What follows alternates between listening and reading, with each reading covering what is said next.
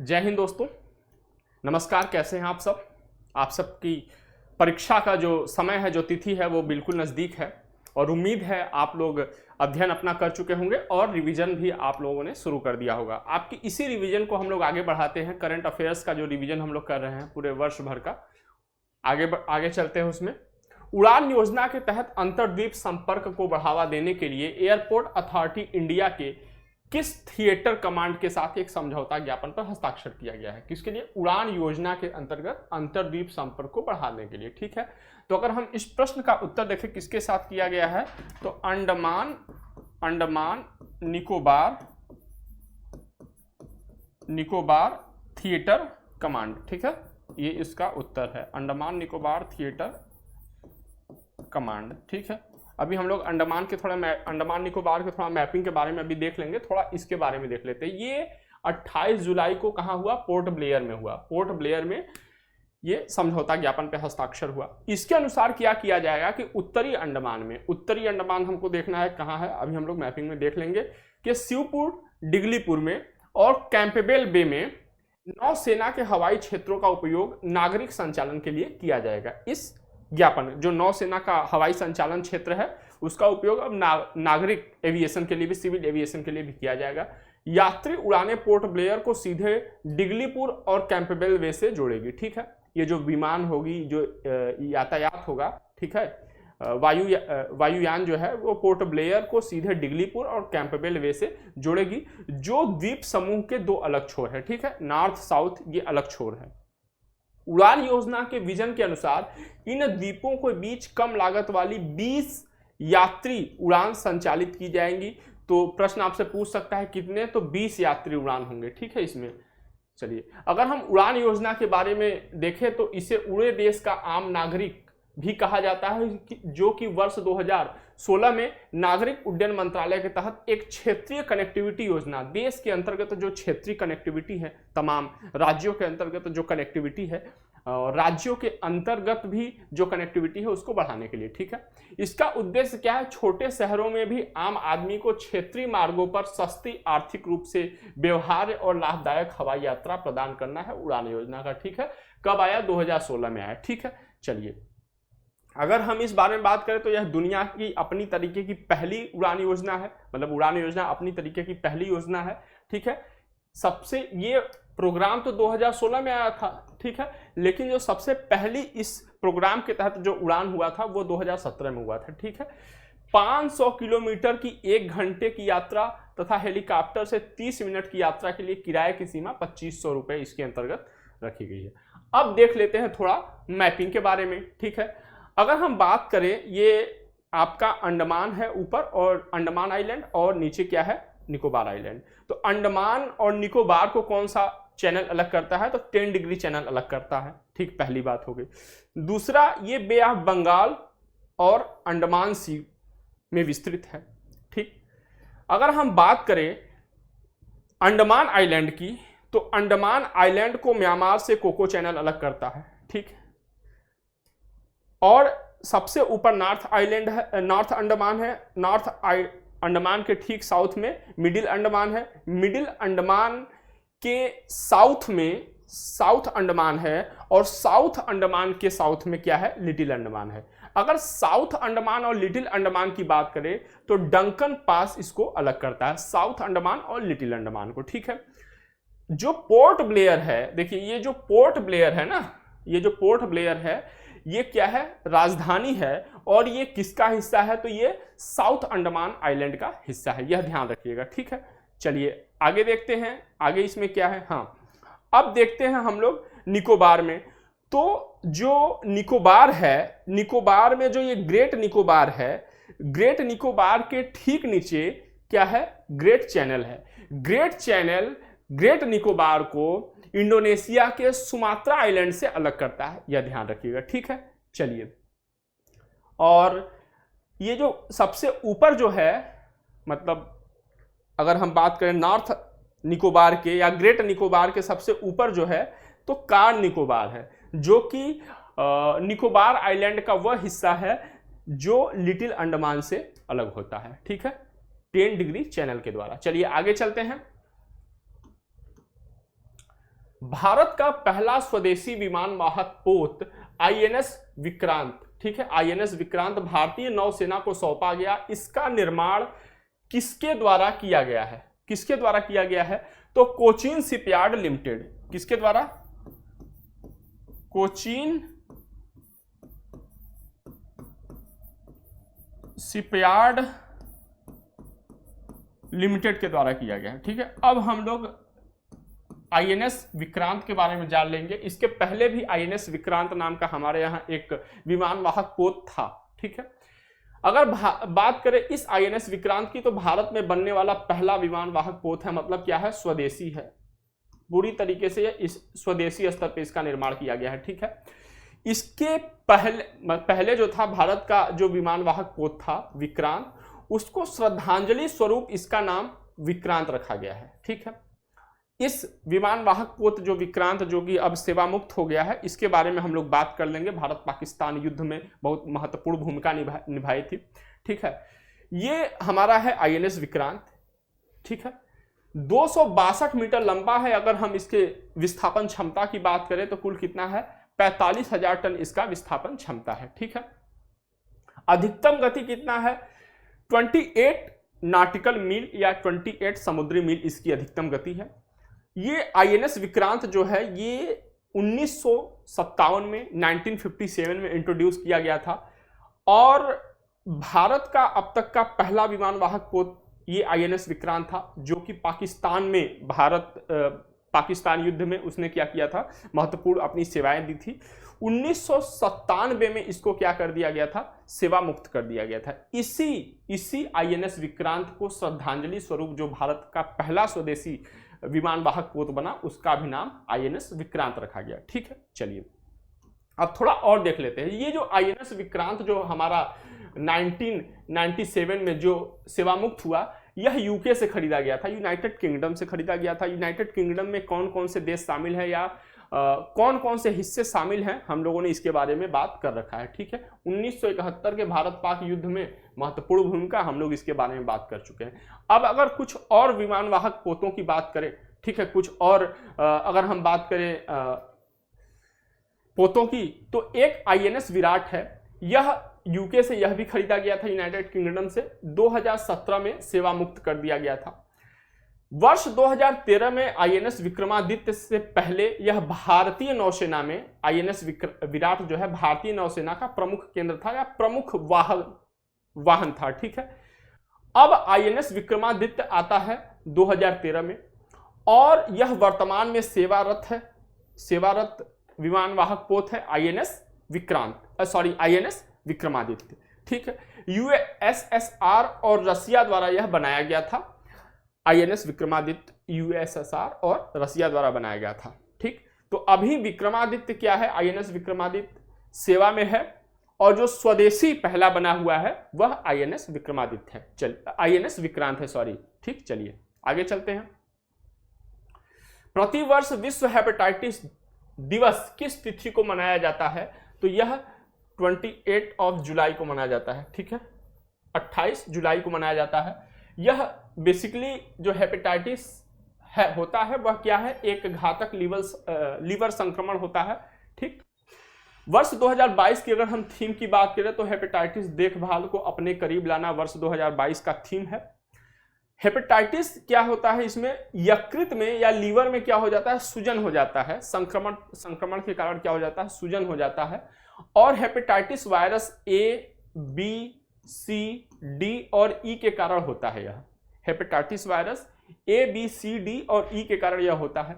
अगर हम अन्य कारण देखें, पहले तो ये वायरल कारण हो गया। अगर हम अन्य कारणों की बात करें तो दवाएं हो गई, विषाक्त पदार्थ हो गया, ड्रग्स हो गया, शराब के कारण भी हेपेटाइटिस की समस्याएं होती हैं, ठीक है। और अगर हम बात करें कि यह कैसा रोग है हेपेटाइटिस, तो हेपेटाइटिस संचारी रोग है और अभी वर्तमान में पूरी वैश्विक परिदृश्य की अगर बात किया जाए तो हेपेटाइटिस जो है एकमात्र ऐसा संचारी रोग है जिसमें मृत्यु दर जो है प्रतिवर्ष बढ़ रही है, ठीक है। मृत्यु दर प्रतिवर्ष बढ़ रही है, ठीक है। हेपेटाइटिस ए की बात करें और ई की बात करें तो यह अपने आप दूर हो सकते हैं, दूर हो जाते हैं। हेपेटाइटिस ए और हेपेटाइटिस ई ठीक है, और इसके लिए किसी विशिष्ट प्रकार के एंटीवायरल दवाओं की भी आवश्यकता नहीं होती, ठीक। लेकिन हेपेटाइटिस बी और सी की बात करें तो इसके लिए दवाओं की आवश्यकता होती है। सभी हेपेटाइटिस के कारण, जैसे कि हमने बात किया कि एकमात्र ऐसा संचारी रोग है जिसमें प्रतिवर्ष मृत्यु दर बढ़ रही है, तो सभी हेपेटाइटिस से संबंधित मौतों में लगभग जो 95% जो मृत्यु होती है वह सिरोसिस और हेपेटाइटिस बी और सी के कारण होती है, ठीक है, ये जान लीजिए। और इसके कारण क्या हो जाता है, जब परिस्थितियां बहुत बिगड़ती हैं, मतलब स्वास्थ्य संबंधी परिस्थितियां, स्वास्थ्य संबंधी स्थितियां, तो यकृत कैंसर का यह रूप धारण कर लेती है। एक बात अगर बताया जाए तो वर्ष 2030 तक जो ये हेपेटाइटिस है, वायरल हेपेटाइटिस है, इसको खत्म करने का वैश्विक लक्ष्य रखा गया है। कब तक? वर्ष 2030 तक, ठीक। चलिए आगे चलते हैं। अंतरराष्ट्रीय क्रिकेट परिषद आईसीसी ने किस देश को आईसीसी महिला एक दिवसीय विश्व कप की मेजबानी के लिए चुना है, ठीक है। तो किसको चुना है? अपने प्रिय भारत को चुना है, ठीक है, अपने प्रिय देश भारत को चुना है, ठीक है। वर्ष 2025 का, वर्ष 2025 का आईसीसी महिला एक दिवसीय विश्व कप की मेजबानी करेगी। तमाम देशों को चुना गया है वर्ष 2024 से लेकर 27 तक के लिए। आईसीसी महिला विश्व कप की जो तमाम प्रतियोगिताएं होती हैं, एक दिवसीय हो गया, T20 वगैरह हो गया, उसके लिए मेजबानी के लिए 4 देशों का चयन किया गया है। ये भारत है, बांग्लादेश है, इंग्लैंड है और श्रीलंका है। भारत, बांग्लादेश, इंग्लैंड और श्रीलंका, ठीक। बांग्लादेश वर्ष 2024 में महिला T20 विश्व कप प्रतियोगिता आयोजित कराएगा। महिला T20 विश्व कप वर्ष 2026 का जो संस्करण है वह इंग्लैंड में आयोजित किया जाएगा। श्रीलंका वर्ष 2027 के महिला T20 चैंपियंस ट्रॉफी की मेजबानी करेगा। लेकिन इसके लिए आवश्यक है कि श्रीलंका स्वयं इस मैच में खेलने के लिए श्रीलंका की टीम क्वालिफाई कर पाए, तो ही यहां पे ये हो पाएगा, ठीक है। लेकिन सेलेक्ट कर लिया है। भारत का हम लोग देख ही लिए, वर्ष 2025 में करेगा आईसीसी महिला एक दिवसीय विश्व कप की मेजबानी। अब हम आईसीसी के बारे में बात करें तो इसकी स्थापना 15 जून 1909 को हुई थी। 15 जून 1909 को हुई थी। मुख्यालय इसका दुबई, संयुक्त अरब अमीरात में है। भारतीय क्रिकेट कंट्रोल बोर्ड जो है, बीसीसीआई जिसको कहते हैं, इसकी स्थापना 1928 में करी गई थी और मुख्यालय कहाँ है इसका? मुंबई, महाराष्ट्र में है, ठीक है। चलिए आगे चलते हैं। वर्ष 2022 के राष्ट्रमंडल खेलों में टीम इंडिया के ध्वजवाहक के रूप में किसे चुना गया, ठीक है। तो यह पीवी सिंधु और किसको चुना गया? पीवी सिंधु और मनप्रीत सिंह को चुना गया था, ठीक है। ये मनप्रीत सिंह है, मनप्रीत सिंह को चुना गया था।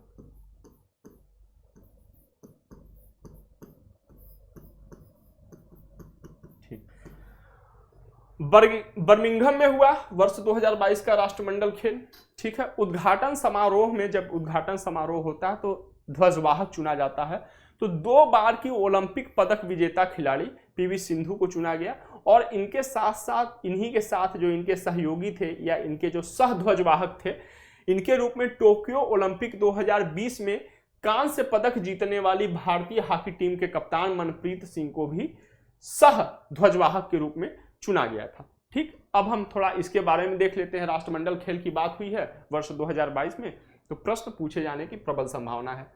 तो आयोजन बर्मिंघम में हुआ, इंग्लैंड में अलेक्जेंडर स्टेडियम में हुआ था। इसका जो आदर्श वाक्य था यह था सभी के लिए खेल, सभी के लिए खेल इसका आदर्श वाक्य था। पेरी द बुल शुभंकर है, पेरी द बुल शुभंकर है। कुल 72 राष्ट्रमंडल देशों ने इसमें भाग लिया था और कुल 20 खेलों में 280 प्रतिस्पर्धाएं हुई थी। 20 खेलों में 280 प्रतिस्पर्धाएं हुई थी। पहली बार यह जरूरी है, राष्ट्रमंडल खेलों के इतिहास में पहली बार महिला क्रिकेट के साथ साथ T20 क्रिकेट को भी शामिल किया गया था। कब? वर्ष 2022 में। भारत की तरफ से राष्ट्रमंडल खेल में कुल 215 एथलीट हिस्सा लिए और 19 खेलों में उन्होंने 215 एथलीट हिस्सा लिए, ठीक है। 19 खेलों में उन्होंने प्रतिभाग किया और 19 खेलों के 141 इवेंट्स में उन्होंने प्रतिभाग किया। अब हम अगर राष्ट्रमंडल खेलों के इतिहास के बारे में बात करें तो वर्ष 2022 में जो हुआ था राष्ट्रमंडल खेल, यह कौन सा संस्करण था? तो यह 22वां संस्करण था। तो 22 में कौन सा संस्करण? 22वां संस्करण, ठीक है। पहला कॉमनवेल्थ गेम 1930 में हुआ था कनाडा के हैमिल्टन में हुआ था, कनाडा के हैमिल्टन में 1930 में, ठीक है। 1930 के बाद से यह प्रत्येक 4 साल पे इसका आयोजन किया जाता रहा है, ठीक। लेकिन द्वितीय विश्व युद्ध के कारण 1942 और 1946 में इनका आयोजन नहीं हुआ था। तो 2 अंतराल हैं, 1942 और 1946, ठीक है। 1942 में भारत में कौन सा आंदोलन चल रहा था ये आप हमें बताएंगे, ठीक, कमेंट बॉक्स में।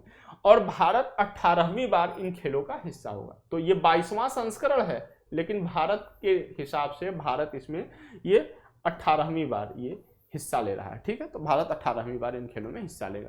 चलिए आगे चलते हैं। किस राज्य के मुख्यमंत्री ने पुलिस के लिए स्मार्ट ई बीट प्रणाली शुरू की है? किस राज्य के? तो हरियाणा के की है। हरियाणा राज्य के मुख्यमंत्री ने यह शुरू की। अब ये गुरुग्राम में यह आयोजित हुआ। गुरुग्राम के जो पुलिस कमिश्नर है, पुलिस हेडक्वार्टर है, पुलिस कमिश्नर हेडक्वार्टर, ठीक है, वहां पे स्मार्ट ई बीट सिस्टम का शुभारंभ किया गया। यह असल में एक जो यह सिस्टम है, यह एक ऐप आधारित सिस्टम है, जिसमें कि जो मोटरसाइकिल राइडर पुलिसकर्मी होते हैं, आप देखते होंगे वो मोटरसाइकिल पे 2-2 पुलिसकर्मी बैठे होते हैं, वो राइड करते हैं, ठीक है। ये देखिए ये है। तो ये मोटरसाइकिल राइडर पुलिसकर्मी की हाजिरी भी इसी ऐप से लगेगी और उनकी मॉनिटरिंग भी की जा सकेगी। बीच में ऐसी बात आई थी कई राज्यों से कि ये जो इनको बाइक दिया जाता है या जो इनको वाहन दिया जाता है, ठीक है, वो किसी ऐसे जगह एकांत में कई बार वो लगा के थोड़ा आराम भी कर लेते हैं। चूंकि मानव है तो मानव शरीर को आराम की भी आवश्यकता होती है, लेकिन कई बार वो अनावश्यक रूप से भी आराम कर लेते थे, ठीक है, इधर उधर अपना वाहन लगा के। तो अब क्या होगा, उनकी मॉनिटरिंग भी की जा सकेगी स्मार्ट ई बीट के अंतर्गत और उनकी हाजिरी भी लगेगी, अटेंडेंस भी लगेगी, ठीक है। इस सिस्टम को भविष्य में इमरजेंसी रिस्पांस सपोर्ट सिस्टम से भी जोड़ा जाएगा कि कोई भी जरूरत कब हो जाए उसी समय उनको पता चल जाए। तो ठीक है, यही बात कही जा रही है कि इमरजेंसी रिस्पांस सपोर्ट सिस्टम से भी जोड़ा जाएगा, ठीक है, ताकि डायल 112 या 112 पर मिलने वाली कॉल पर ईआरवी के अलावा राइडर भी मदद के लिए पहुंच सके। अभी क्या होता है, ये जो 4 पहिया वाहन होते हैं, यहाँ पे जो इमरजेंसी रिस्पांस सिस्टम में ये ऐड है, तो कहीं से अगर कहीं किसी लोकेशन पे कोई समस्या हो जाती है तो ये वहां पे लोकेशन पे पहुंच जाते हैं। लेकिन अब ये ईआरवी की बात होगी, लेकिन अब ये राइडर भी भविष्य में जब इनसे जोड़ दिया जाएगा तो ये भी यहाँ पे पहुंच जाएंगे, ठीक है। यह अभी गुरुग्राम के शहरी क्षेत्रों में स्थित सभी 33 पुलिस थाना क्षेत्रों को कवर करेगी पायलट प्रोजेक्ट के रूप में, ठीक है। इसमें 119 मोटरसाइकिल राइडर तैनात होंगे, ठीक है, और प्रत्येक पर 2 पुलिसकर्मी होंगे। चलिए अब हरियाणा में स्थित प्रमुख शोध केंद्रों के बारे में हम देख लेते हैं, ठीक। हरियाणा में स्थित प्रमुख शोध केंद्रों के बारे में देख लेते हैं। अगर बात करें, प्रश्न आपसे पूछे कि राष्ट्रीय डेयरी अनुसंधान संस्थान कहाँ है, तो यह हरियाणा के करनाल में है। कहाँ पे? करनाल में है। फिर प्रश्न पूछे कि राष्ट्रीय पशु आनुवंशिकी संस्थान कहाँ है, तो यह भी करनाल में है। केंद्रीय भैंस अनुसंधान संस्थान कहाँ है, तो हरियाणा के हिसार में है। अब देखिए ये 3 चीज हमको कैसे याद रखना है, ये वाले 3 चीज देखिए। पशु में क्या आता है, पशु में भैंस भी शामिल है, ठीक है। भैंस दूध देती है, भैंस वगैरह दूध देती है तो डेयरी प्रोडक्ट बनते हैं। तो जो राष्ट्रीय डेयरी, राष्ट्रीय पशु और केंद्रीय भैंस अनुसंधान संस्थान ये हरियाणा में है। अब ये जगह याद कर लीजिए, ठीक है, इनके स्पेसिफिक प्लेसेस याद कर लीजिए, ठीक। चलिए, केंद्रीय मृदा लवणता अनुसंधान संस्थान यह भी करनाल में है। भारतीय गेहूं और जौ अनुसंधान संस्थान यह भी करनाल में है, ठीक है। हरित क्रांति से सबसे अधिक लाभ पंजाब और हरियाणा को हुआ था। तो एक कोरिलेशन बनाने के लिए, किसी भी चीज को एक थोड़ा कोरिलेट करके याद करने के लिए मैं बता रहा हूं, तो ठीक है। तो उसी हिसाब से भारतीय गेहूं और जौ अनुसंधान संस्थान हरियाणा के करनाल में है, ठीक है। अगर हम बात करें राष्ट्रीय ब्रेन शोध केंद्र, यह कहां पे है, तो हरियाणा के मानेसर में है। राष्ट्रीय ब्रेन शोध केंद्र हरियाणा के मानेसर में। चलिए आगे चलते हैं। Mission on Himalayan studies, mission on Himalayan studies के तहत हाल ही में किस संगठन ने हिम तेंदुए पर सर्वेक्षण जारी किया है, ठीक है। तो किस संगठन ने किया है, तो जूलॉजिकल सर्वे ऑफ इंडिया, ठीक है, JSI ने किया है, जूलॉजिकल सर्वे ऑफ इंडिया ने किया है, ठीक है। अब हिम तेंदुए की बात हो रही है, तो इसने हिम तेंदुआ पे सर्वेक्षण जारी किया। तो अब हिम तेंदुए के बारे में हम थोड़ी जानकारी ले लेते हैं। ये हिम तेंदुआ महोदय है, ठीक है, ये है। अब हम इसकी वैज्ञानिक नाम देखें तो पैंथेरा उन्सिया इसकी वैज्ञानिक नाम है। इसका वैज्ञानिक नाम क्या है? पैंथेरा उन्सिया है। आयुषियन स्टेटस साइट्स का जो स्टेटस क्या है, और भारत में भारतीय वन्य जीव संरक्षण अधिनियम में इसका स्टेटस क्या है, यह महत्वपूर्ण है इन्वायरमेंट इकोलॉजी के दृष्टिकोण से, ठीक है। तो आयुषियन की जो रेड लिस्ट आती है उसमें संवेदनशील है, ये संवेदनशील के रूप में सूचीबद्ध है आयुषियन में। साइट्स के अपेंडिक्स 1 में है, अपेंडिक्स 1 में है, और भारतीय वन्य जीव संरक्षण अधिनियम 1972 के अनुसूची 1 में है, ठीक है। तो साइट्स और भारतीय वन्य जीव संरक्षण अधिनियम दोनों में 1 में है, और आयुषियन में क्या है? संवेदनशील में है। अब कहाँ ये पाए जाते हैं, ठीक है, तो लगभग 3 से 4,500 मीटर की ऊंचाई पे अल्पाइन और सब अल्पाइन क्षेत्रों में ये पाए जाते हैं। अफगानिस्तान, हिमालय, तिब्बती पठार, मंगोलिया, साइबेरिया और पश्चिमी चीन में होते हैं। अगर भारत में बात की जाए तो हिमाचल प्रदेश हो गया, लद्दाख हो गया, सिक्किम हो गया, और उत्तराखंड में इनकी उपस्थिति है। अब वैश्विक दृष्टिकोण से भारतवर्ष 2013 से वैश्विक हिम तेंदुआ और पारिस्थितिक तंत्र संरक्षण, ठीक, कार्यक्रम का हिस्सा है। तो भारतवर्ष 2013 से वैश्विक हिम तेंदुआ एवं पारिस्थितिकी तंत्र संरक्षण का कार्यक्रम का हिस्सा है, ठीक है। चलिए आगे चलते हैं। अब प्रश्न आपसे पूछ सकता है वैश्विक दृष्टिकोण से कब से है? 2013 से है, ठीक, हमने यहां पे देखा 2013 से। अब प्रश्न यह भी पूछ सकता है कि भारत में हिम तेंदुआ संरक्षण के लिए परियोजना कब से प्रारंभ करी गई? तो 2009 से प्रारंभ करी गई, ठीक है, जिसका उद्देश्य क्या है कि उनके स्थान, उनके निवास स्थान के संरक्षण के लिए एक समावेशी और सहभागी दृष्टिकोण को बढ़ावा देना इसका उद्देश्य है। अब हिम तेंदुआ संरक्षण प्रजनन कार्यक्रम, ठीक है, इसके बारे में देख लेते हैं। तो यह पद्मजा नायडू हिमालयन जूलॉजिकल पार्क, दार्जिलिंग, पश्चिम बंगाल में शुरू किया गया। हिम तेंदुआ संरक्षण प्रजनन कार्यक्रम पद्मजा नायडू हिमालयन जूलॉजिकल पार्क, दार्जिलिंग, पश्चिम बंगाल में शुरू किया गया। अब हम JSI के बारे में थोड़ी बात कर लेते हैं। जूलॉजिकल सर्वे ऑफ इंडिया के बारे में अगर थोड़ी हम बात करें तो वर्ष 1916 के 1 जुलाई वर्ष 1916 में इसकी स्थापना करी गई थी। पर्यावरण और वन मंत्रालय के अंतर्गत एक संगठन है, और इसका मुख्यालय कहाँ है? तो इसका मुख्यालय कोलकाता में है, ठीक है। चलिए आगे चलते हैं। किस देश ने हाल ही में 2024 के बाद अंतर्राष्ट्रीय अंतरिक्ष स्टेशन परियोजना से हटने का फैसला लिया है? तो ऐसा कौन सा देश है जो वर्ष 2024 के बाद जो इंटरनेशनल स्पेस स्टेशन होता है उससे हट जाएगा? तो यह है रसिया है आपका, ठीक है, यह रसिया है, ठीक है, यह रसिया है। अब यह क्यों हटेगा? तो यह खुद का अंतरिक्ष स्टेशन बनाने के चक्कर में है, या बनाने की योजना पर ध्यान केंद्रित करेगा, इसलिए हट रहा है। अब अंतरराष्ट्रीय अंतरिक्ष स्टेशन के बारे में जान लेते हैं। तो वर्ष 2000 में पहली बार इस पे अंतरिक्ष यात्रियों को भेजा गया था, ठीक। इसका जो परिचालन होता है अंतरिक्ष स्टेशन का, इसका नासा जो अमेरिकन अंतरिक्ष एजेंसी है उसकी अगुवाई में 16 देशों के द्वारा किया जाता है।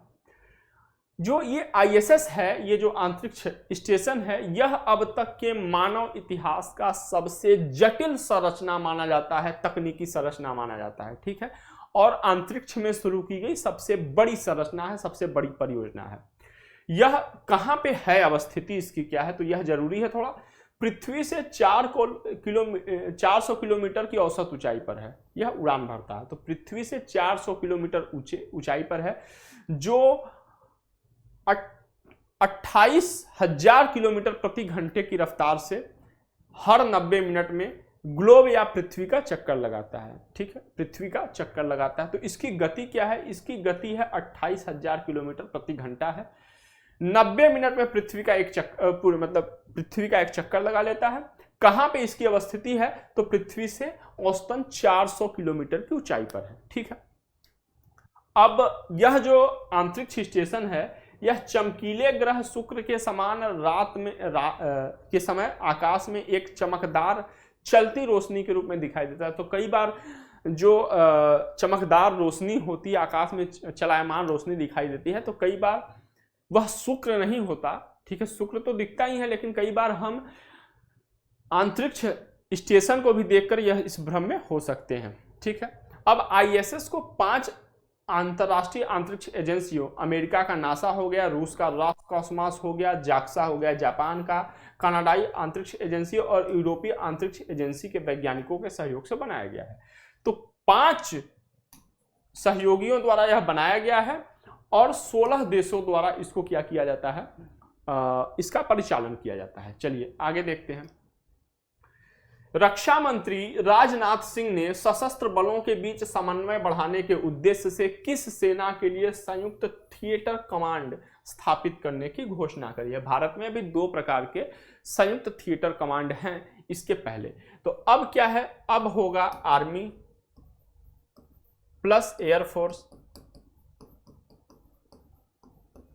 Plus navy. इसको क्या, इनके लिए क्या किया जाएगा, संयुक्त थिएटर कमांड बनाया जाएगा, ठीक है। इसका उद्देश्य क्या है, सशस्त्र बलों के बीच समन्वय बढ़ाने के लिए, सशस्त्र बलों के बीच समन्वय बढ़ाने के लिए, ठीक है। पहली बार अगर हम इसके अनुभव की बात करें तो कारगिल में जो ऑपरेशन विजय हुआ था ना, उसमें इस संयुक्त अभियान को ध्यान में रखते हुए, उसमें जो पहली बार हम लोगों ने देखा था, तो उसी को ध्यान में रखते हुए सरकार ने संयुक्त थिएटर की योजना बनाई है, ठीक, संयुक्त थिएटर कमांड की। अब संयुक्त थिएटर कमांड की स्थापना भारत में रक्षा क्षेत्र में आत्मनिर्भरता हासिल करने के लिए जो प्रमुख कदम उठाए जा रहे हैं रक्षा क्षेत्र में भारत की आत्मनिर्भरता हासिल करने के लिए, उसके अनुरूप भी है, ठीक। चलिए आगे देख लेते हैं।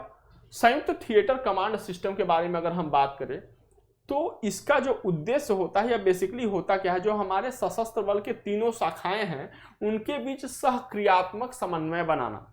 इसका उद्देश्य यह है कि एक ही कमांडर के नेतृत्व में एकीकृत कमान के तहत सेना, मतलब थल सेना, वायुसेना और नौसेना के लिए अलग अलग कमांड लाना है। एक कमांड रहेगा, मुखिया रहेगा, इसी के अंतर्गत ये अलग अलग कमांड इसके आर्मी के, एयरफोर्स के और नेवी के आएंगे, ठीक है, इनके अलग अलग कमांड आएंगे।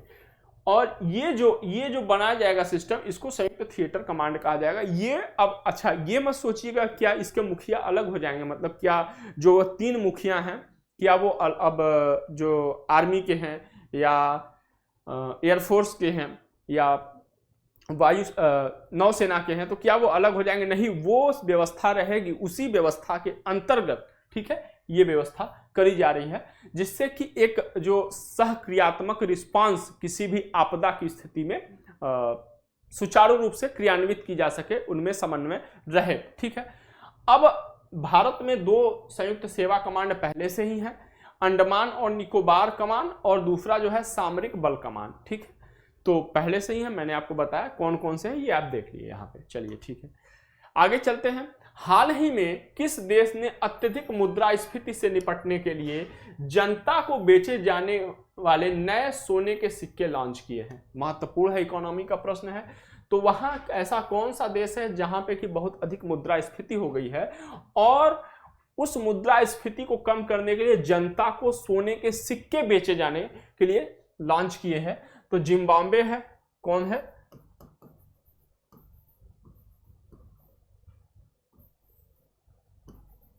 जिम्बाब्वे है, ठीक है, जिम्बाब्वे है, ठीक।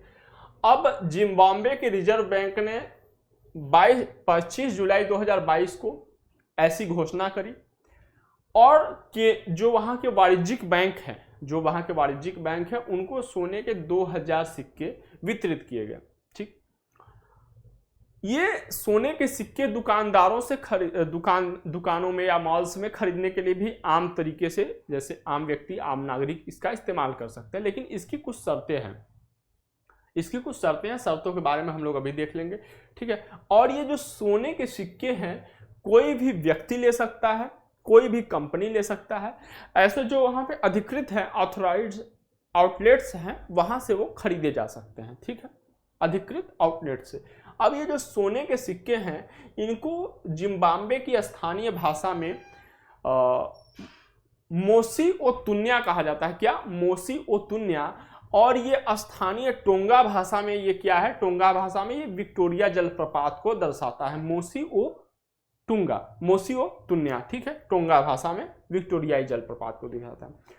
ये तरल संपत्ति की स्थिति होगी, अर्थात यह आसानी से नकदी में भी परिवर्तित हो सकता है। ठीक, कोई आप चीज ले सकते हैं, कोई गुड्स ले सकते हैं, कोई सर्विसेज ले सकते हैं, या इसको क्या कर सकते हैं, कैश भी भुना सकते हैं। ठीक है, और यह स्थानीय और अंतर्राष्ट्रीय स्तर पर व्यापार योग्य होंगे, अंतर्राष्ट्रीय और स्थानीय स्तर पर व्यापार योग्य भी होंगे। लेन देन के उद्देश्यों से इसका उपयोग किया जाएगा, पहले ही बता दिया, लेकिन कम से कम ऐसी, जैसे मान लीजिए आपने सिक्का खरीदा, ठीक है, आपने सिक्का खरीदा तो आप तुरंत इससे लेन देन नहीं कर सकते, कम से कम 180 दिन के बाद ही आप इसका वाणिज्यिक हिसाब से कुछ खरीदारी करने के लिए आप इसका उपयोग कर सकते हैं। ठीक है, तो 180 दिनों तक रखने के बाद ही यह व्यापार, आप इससे नकद के लिए व्यापार कर सकते हैं। चलिए आगे देखते हैं। हाल ही में किस राज्य सरकार ने जिला जलवायु परिवर्तन मिशन DCCM की स्थापना की है? ठीक है, तो किस राज्य सरकार ने करी है? तो तमिलनाडु ने करी है। किसने?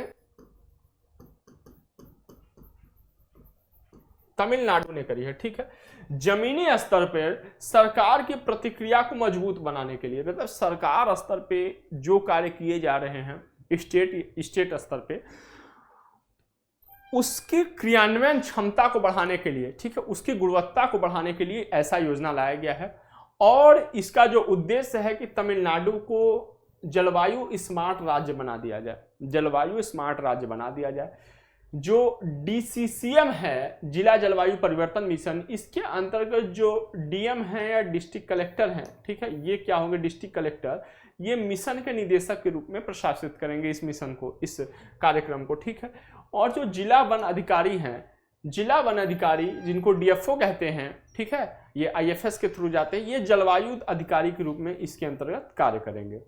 जिला कलेक्टर जो है वह जिला स्तरीय जलवायु परिवर्तन समन और अनुकूलन योजना तैयार करेंगे, कम कार्बन जलवायु लचीला विकास योजनाओं के लिए इनपुट प्रदान करेंगे। ठीक है, चलिए आगे देख लेते हैं। तो इसके लिए ये महत्वपूर्ण है, इकोलॉजी का क्वेश्चन है, तमिलनाडु इसका उत्तर है। आगे देख लेते हैं, आगे देख लेते हैं। ठीक है, प्रधानमंत्री नरेंद्र मोदी किस राज्य में अंतरराष्ट्रीय वित्तीय सेवा प्राधिकरण, अंतरराष्ट्रीय वित्तीय सेवा प्राधिकरण, ठीक है, अंतरराष्ट्रीय वित्तीय सेवा केंद्र प्राधिकरण IFACA के मुख्यालय भवन की आधारशिला रखा? प्रधानमंत्री नरेंद्र मोदी जी ने कहां पे रखा? तो यह गुजरात में रखा। कहां पे?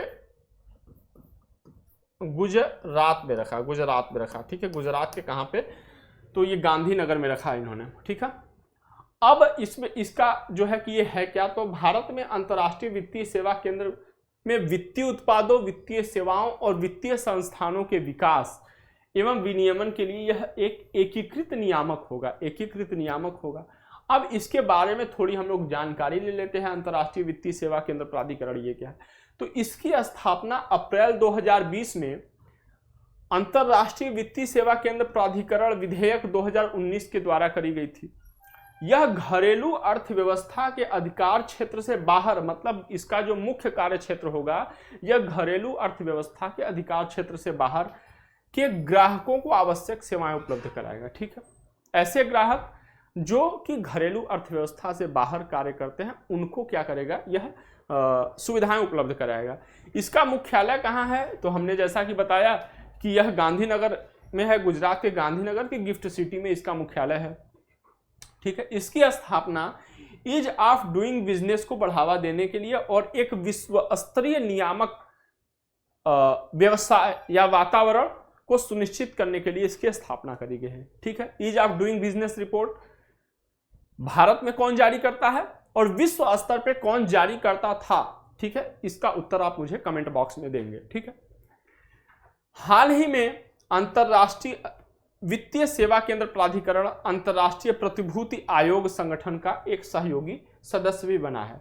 तो अंतरराष्ट्रीय वित्तीय सेवा जो केंद्र प्राधिकरण है यह अंतरराष्ट्रीय प्रतिभूति आयोग, ठीक है, IOSCO का भी यह सहभागी सदस्य बना है। ठीक है, तो निश्चित तौर पे कुछ महत्वपूर्ण प्रश्नों और उनसे संबंधित कुछ महत्वपूर्ण तथ्यों के बारे में हम लोगों ने अध्ययन किया, उनसे संबंधित तमाम चीज़ों को भी हमने कवर किया। ठीक है, न केवल इस क्वेश्चन से संबंधित चीज़ें बल्कि इधर उधर की भी जो संबंधित चीज़ें हम लोगों ने उसको कवर किया।